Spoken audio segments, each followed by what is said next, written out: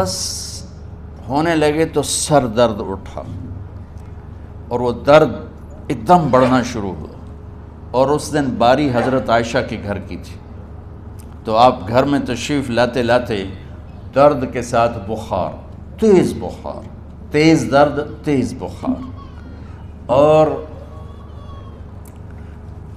14 دن 12 ربیع 29 30 2 دن یہ اور 12 دن اگلے 14 دن آپ نے بیماری دیکھی، مسلسل سر درد اور مسلسل بخار۔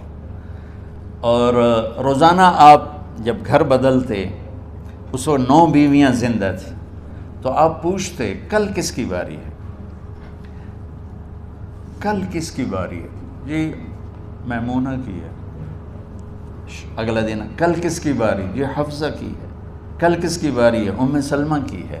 تو بیگمات نے اس سے سمجھا کہ اللہ کے نبی یہ چاہتے ہیں کہ میں بیماری کے دن عائشہ کے پاس گزاروں، ورنہ آپ کو تو خود پتہ ہے کل کس کی باری ہے، پرسوں کس کی باری ہے، ترسوں کس کی باری ہے۔ تو حضرت میمونہ کے گھر میں آپ تشریف فرما تھے، تو ساری باقی 7 بیگمات جمع ہوئیں، اور انہوں نے آ کے عرض کی یا رسول اللہ، جب تک آپ بیمار ہیں آپ عائشہ کے پاس آرام فرمائیں، اور جب اللہ آپ کو شفا دے دے تو پھر ہماری ترتیب کو آپ دوبارہ شروع فرما دیں۔ تو آپ نے سب کا شکریہ ادا کیا۔ عدل کی مثال کا اسلام جب دوسری شادی کی اجازت دیتا ہے تو عدل کی شرط لگاتا ہے، اِلَّمْ تَعْدِلُوا، اگر عدل نہیں کر سکتے پھر ایک ہی ہے عدل۔ اور آپ نے فرمایا جس نے دوسری شادی کی اور عدل نہ کیا، کتنی مرضی عبادت کر کے آیا، تو قیامت کے دن آدھا حصہ اس کا فالج زدہ ہوگا، ایک سائیڈ اس کی فالج زدہ ہوگی، کتنے ہی مراقبے کر کے کتنی ہی نمازیں پڑھ کے آیا ہو، انصاف نہیں کیا تو پورا آدھا حصہ فالج کی پکڑ میں ہوگا۔ تو جب سب بیگمات نے یہ کہہ دیا کہ آپ وہاں گزاریں، تو آپ نے شکریہ ادا کیا، علی اور عباس کو بلایا، ان کے کندھوں پہ آپ نے یوں ہاتھ رکھے، اور آپ کے پاؤں یوں زمین پہ لگ رہے، آپ پورا پاؤں نہیں لگا پا رہے تھے کمزوری سے، یہ پوزیشن تھی اس طرح۔ اور یہ پیر کا دن تھا، آپ حضرت عائشہ کے گھر میں داخل ہوئے، اور اگلے پیر کو حضرت عائشہ کے گھر میں آپ اپنے اللہ کے پاس چلے گئے۔ آخری ہفتہ آپ نے حضرت عائشہ کے گھر میں گزارا۔ صحابہ ملاقات کے لیے حاضر ہوئے، تو آپ ان کو دیکھ کے رونے لگے، اور فرمایا کہ میں تمہیں اللہ کے سپرد کرتا ہوں، اللہ تمہاری حفاظت کرے، اللہ تمہارا ساتھی ہو، آواکم اللہ، حفظکم اللہ، نصرکم اللہ، بہت دعائیں دی۔ تو عبداللہ بن مسعود رضی اللہ تعالیٰ عنہ نے پوچھا یا رسول اللہ، لگتا ہے جیسے جانے کا وقت ہے، تو آپ کو غسل کون دے گا؟ تو آپ نے فرمایا میرے اہل بیت۔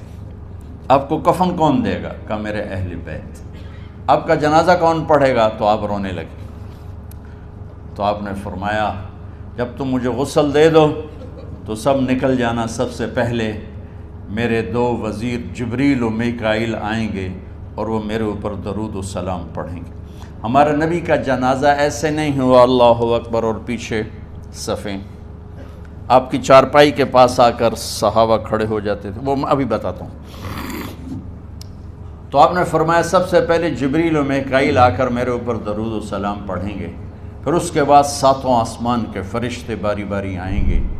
جب وہ چلے جائیں گے تو پھر سب سے پہلے میرے خاندان، میرے اہل بیت کے مرد آ کر میرے اوپر سلام پڑھیں گے، پھر ان کی خواتین آ کر سلام پڑھیں گی، پھر ان کے بچے آئیں گے، پھر ان کے نوکر اور نوکرانیاں آئیں گی، اس کے بعد مہاجرین مکے کے قریش آئیں گے، اس کے بعد ان کی عورتیں آئیں گی، ان کے بچے آئیں گے، ان کے نوکر اور نوکرانی آئیں گی، اس کے بعد مدینہ والے آئیں گے، پھر مدینہ کی خواتین آئیں گی، پھر ان کے نوکر نوکرانی آئیں گے، اور اس کے بعد مجھے تم اللہ کے سپرد کر دینا۔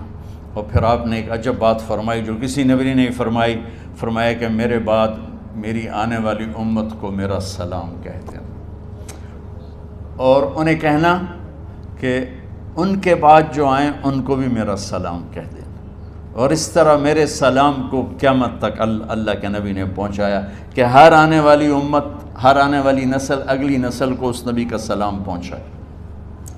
آپ کے جانے میں 5 دن باقی تھے، تو آپ نے فرمایا مجھے 7 کنوؤں کے پانی سے غسل کرواؤ، تو 7 کنوؤں سے پانی لایا گیا مشکیزوں میں بھر کے. تو حضرت عائشہ کے گھر میں کوئی ایسا ٹب نہیں تھا جس میں بیٹھ کے وہ آپ نہا سکتے. تو حضرت حفصہ کے گھر سے ٹب منگوایا گیا. آپ اس میں بیٹھے، تہمت باندھا ہوا تھا، کرتا اتارا، اور آپ پر 7 کنوؤں کا پانی ڈالا گیا، تھوڑا تھوڑا تھوڑا تھوڑا تھوڑا تھوڑا. تو اس سے بخار کی شدت کم ہوئی، اور آپ سر درد کی وجہ سے آپ نے ایسے پٹی باندھی سرخ رنگ کی. اور اس کے بعد حضرت علی اور فضل